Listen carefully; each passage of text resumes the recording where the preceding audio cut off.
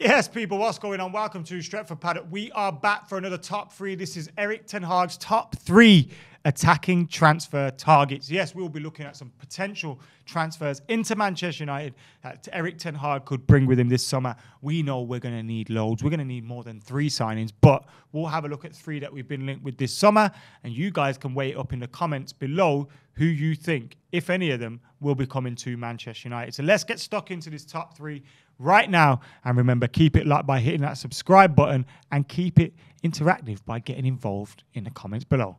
Let's get stuck in.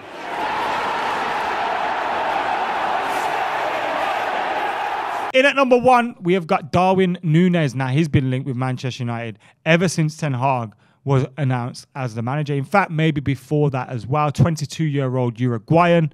He plays for Benfica currently, and they paid a club record 24 million euros for him.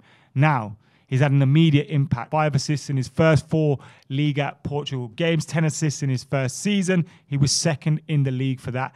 He then had a knee injury in 2021, and he missed Copa America, which he would have been in the Uruguay squad alongside the likes of Edinson Cavani and co, which that obviously cost him his place. Now, this season, he's been back like he never left.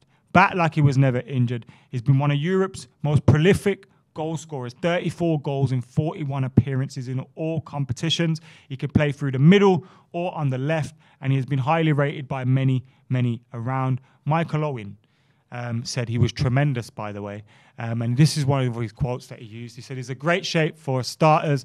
Nowadays, if you're going to lead the line on your own, you've got to have a real presence, and he's got that. He's got size, he's good in the air, he's quick as well, he's deceptively quick. Only 22 years old. You think of how many decent strikers Uruguay have had in the past, and this lad looks like he's the next one on the conveyor belt. Hopefully, he can be more bothered to turn up than our current Uruguayan striker if he does sign for Manchester United. But he has largely featured up front for Benfica, seen a little bit of time on the wing, but performs his best up front. Now, important for Manchester United, we need to make some attacking signings, but we also need to consider we got Cristiano Ronaldo, and that's where Darwin Nunez could come into play, because he can play as a wide forward as well as someone through the middle. He can play if Cristiano Ronaldo is either in the team on the left or out of the team. He can play through the middle. He's valued at over £100 million by Benfica, but he's currently worth £36 million on transfer mark.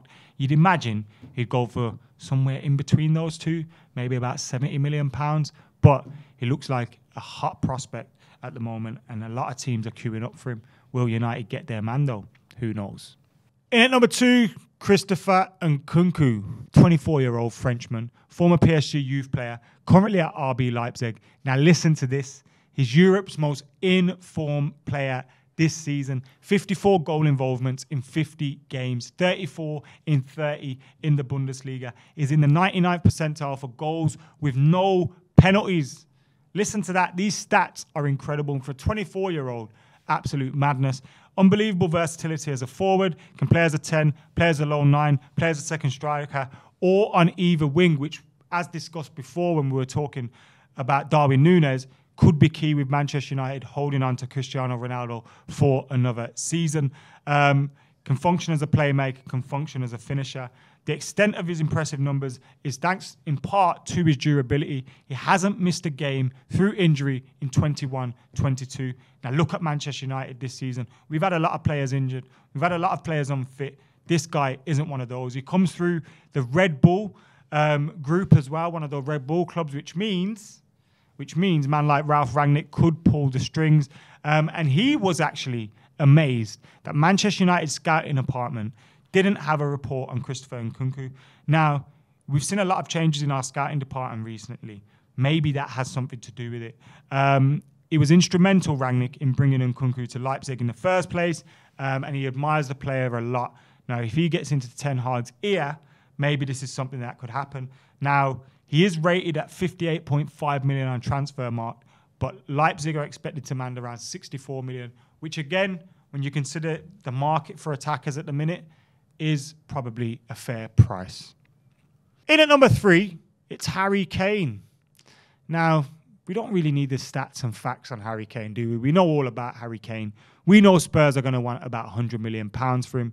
We know he's approaching his real peak years, his last big contract, you know, his last opportunity really to move to a club where he can guarantee himself some trophies. Now, you probably argue Man United isn't that club, although we're more likely to win a trophy than Spurs because Spurs are Spurs.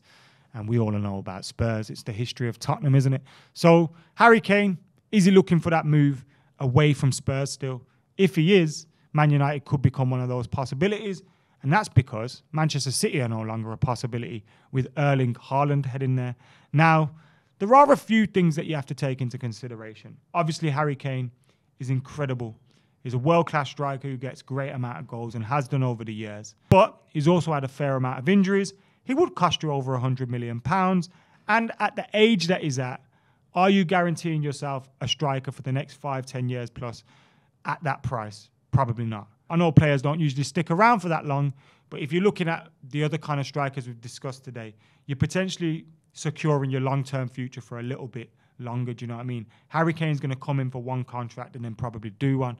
And at the price that you're paying, with the risks around his injuries, is it worth it for Manchester United?